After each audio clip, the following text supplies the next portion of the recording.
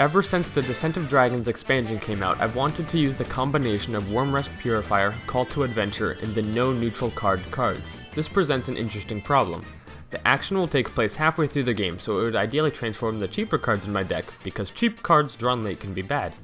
But I also can't have any neutral cards costing less than 3, because the Call to Adventure always needs to hit the Wormrest Purifier. With this in mind, I ended up with a pirate deck. I've divided my cards into 4 groups to talk about: core cards, weapon synergies, cards I put in for fun, and excess cards that should probably be exchanged for something a bit better. Core cards have already been discussed mostly, but another thing to mention is that this deck is relatively fast, and adding 5 cards to hand provides some much needed refill. This devilish little combination means that 20% of the cards in your deck equip a True Silver champion, and anytime you have a True Silver equipped, Dread Corsairs are free. These cards are for fun. I put the South Sea Captain in here because it rarely actually helps in this deck, but the pirate thematic makes me happy. I do not care for these cards a great deal. Some are left over from a dragon package I cut, some are cycle or cheap value. Point is, I wouldn't miss them, and I'd appreciate suggestions in the comments if you have any. But here's the final question: is the deck good? Kinda.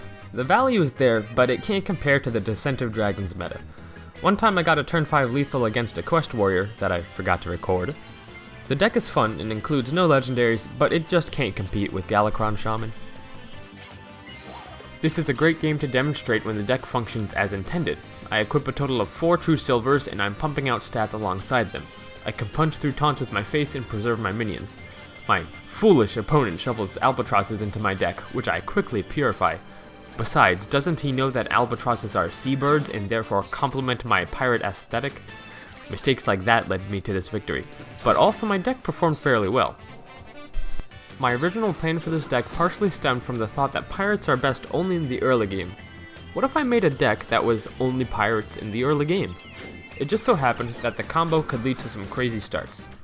For my turn 5 lethal, I played a Wormrest on turn 2, while already having 2 Dread Corsairs in hand. The next turn, I coined out a Late Forge Zealot and played both Corsairs. That's 10-8 stats into 4-2 weapon on turn 3. And there was no crazy setup. I played a decent 3-2 on my turn 2. But the craziest part is, it's still not enough to be competitive. That's fine though. If you weren't already able to tell from my other videos, competitiveness is not my goal.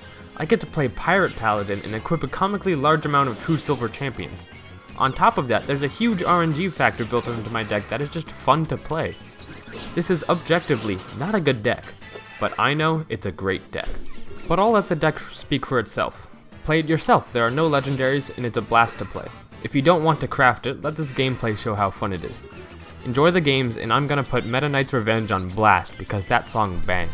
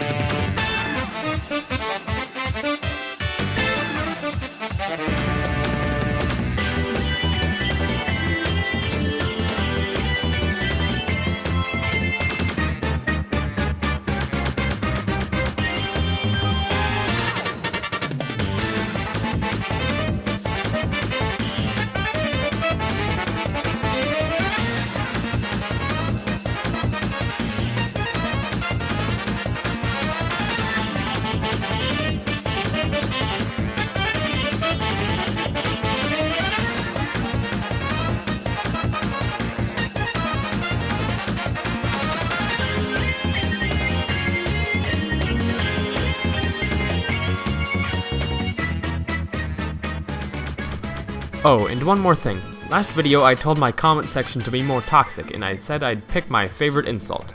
Shout out to GT Morgan for saying that my videos are the content equivalent of hot dog water. That really means a lot to me. Thank you.